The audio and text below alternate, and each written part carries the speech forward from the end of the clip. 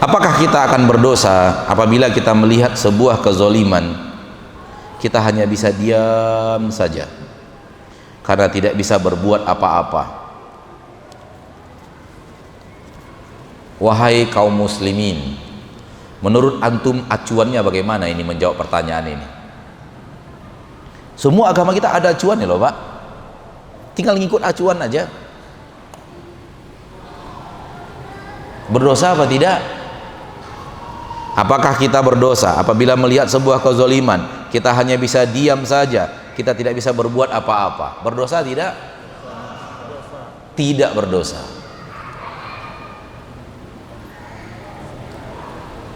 Dengan syarat. Tidak berdosa dengan syarat. Apa syaratnya? Hati kita menolak, tidak setuju, protes, lalu kita tinggalkan orang yang berbuat zalim itu. Tak mau kita berkawan dengannya. Tidak dosa. Kenapa? Yang berbuat dosa orang, bukan kita.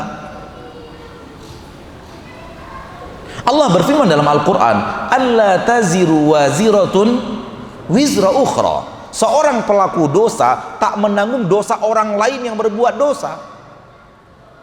Ini pelaku dosa ini, ada orang lain berbuat dosa. Dosa saya tanggung sendiri, dosa dia tanggung sendiri. Dosa orang tak akan ditransfer ke kita, sebagaimana dosa kita tak akan ditransfer ke orang lain. Berarti dosa tanggungan masing-masing. Kalau orang berbuat dosa, kita kena dosanya gara-gara dia berbuat dosa, alangkah zalimnya agama Allah. Kita tidak berbuat lalu nanggung dosa orang lain.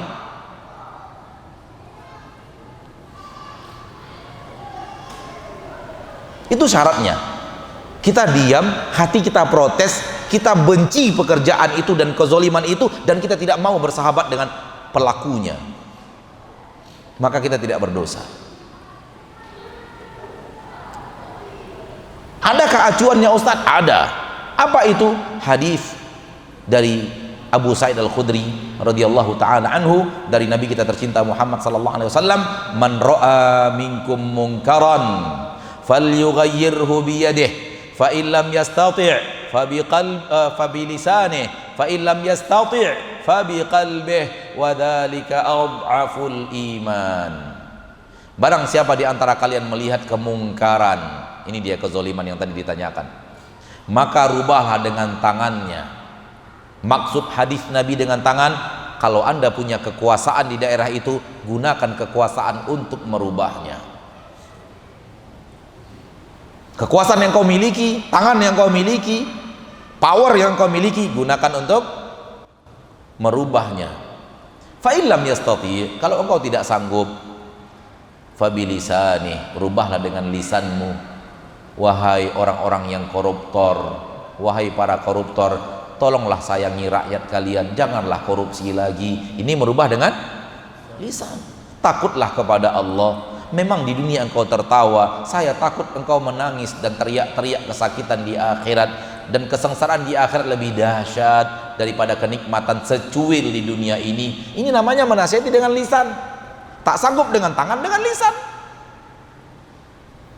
Dan kita suarakan itu tanpa rasa takut, insyaallah ta'ala, karena kebenaran itu didukung oleh seluruh orang-orang yang berhati mulia, didukung oleh semua orang-orang yang jujur. Karena agama Allah agama fitrah. Semua hati yang masih di atas fitrah pasti cocok dengan agama Allah. Maka kita teriakkan itu, jangan lagi mengambil harta rakyat, jangan lagi curangi rakyat, jangan lagi perkaya diri dengan berkhianat kepada rakyat. Memang Anda sekarang menang, tunggu nanti saatnya ketika Allah nuntut balas. Kami memang tidak bisa nuntut balas, kami lemah di hadapan power yang kalian miliki, namun kami punya Allah, nanti akan minta pertanggungjawaban itu.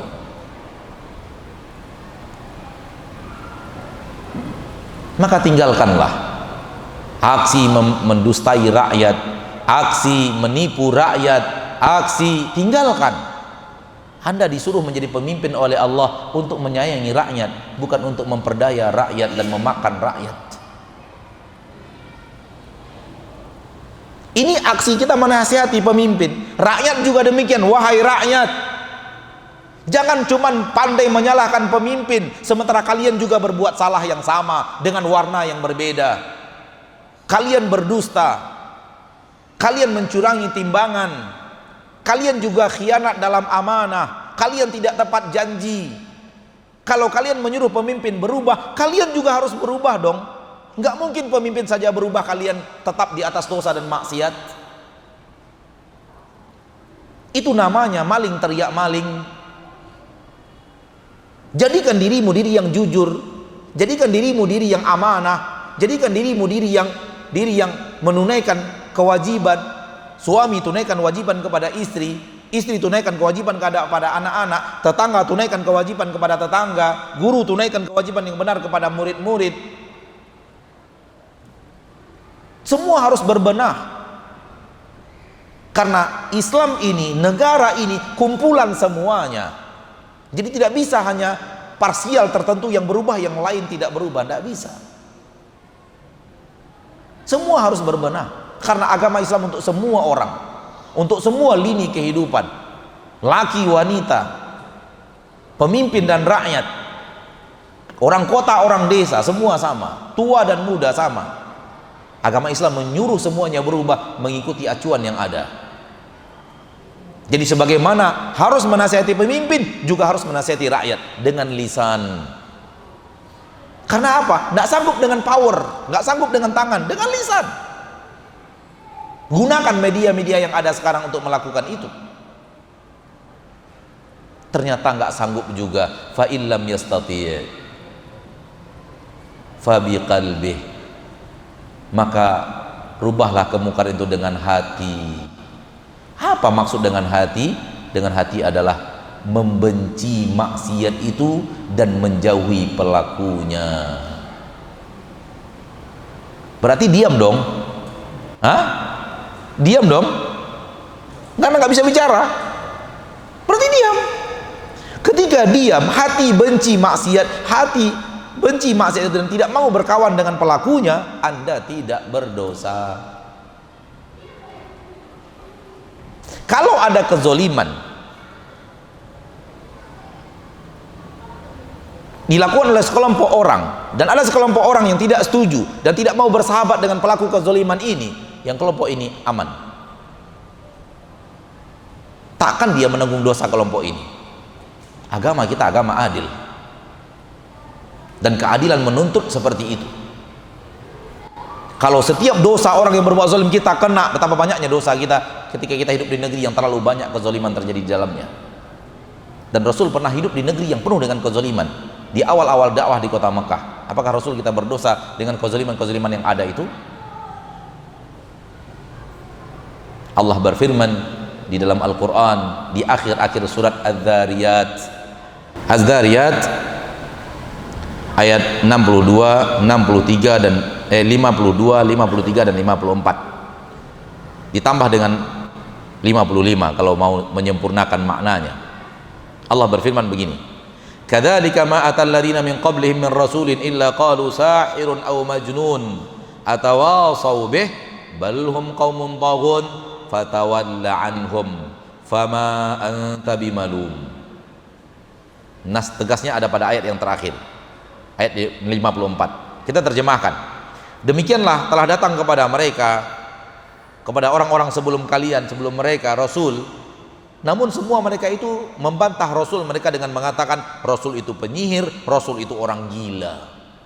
Persis seperti yang mereka katakan kepada Nabi Muhammad. Namun sebelum mereka orang Quraisy ini sudah juga ada Rasul-Rasul datang kepada kaumnya, namun kaumnya menolak dan mengatakan Nabi itu penyihir dan orang gila. Seperti Nabi Muhammad juga dituding penyihir dan orang gila. Atawasau bih, apakah mereka saling memberikan wasiat? Maksudnya, apakah generasi dahulu memberikan wasiat generasi yang terakhir? Hoi, kalau datang Rasulullah bilang penyihir dan orang gila ya. Saking samanya kalimatnya, Allah mengatakan atawasau bih, apakah mereka saling nasihat menasihati, saling memberikan wasiat? Enggak, balhum qaumun taghun, bukan, tapi karena mereka kaum yang melampaui batas. Disebabkan melampaui batas, kalimat mereka sama. Disebab aksi mereka sama, kalimat mereka sama. Fatawalla anhum, tinggalkan mereka, berpaling dari mereka, jangan peduli kepada mereka, jangan berbaur bersama mereka. Fama anta bimalum, engkau tidak terhina dan tercela. Tinggalkan mereka yang berbuat zalim, engkau tidak terhina dan tidak tercela. Ini makna ayat, Anda tidak berdosa ketika orang lain berbuat dosa, tapi tinggalkan dia, jangan berkawan dengannya, benci perbuatannya, jangan berteman dengannya. Kalau ingin sempurna, lanjutkan ayat berikutnya, wadzakir, berikan peringatan. Fa inna dzikra tanfa'ul mu'minin, sesungguhnya peringatan bermanfaat untuk orang-orang yang di hatinya ada iman.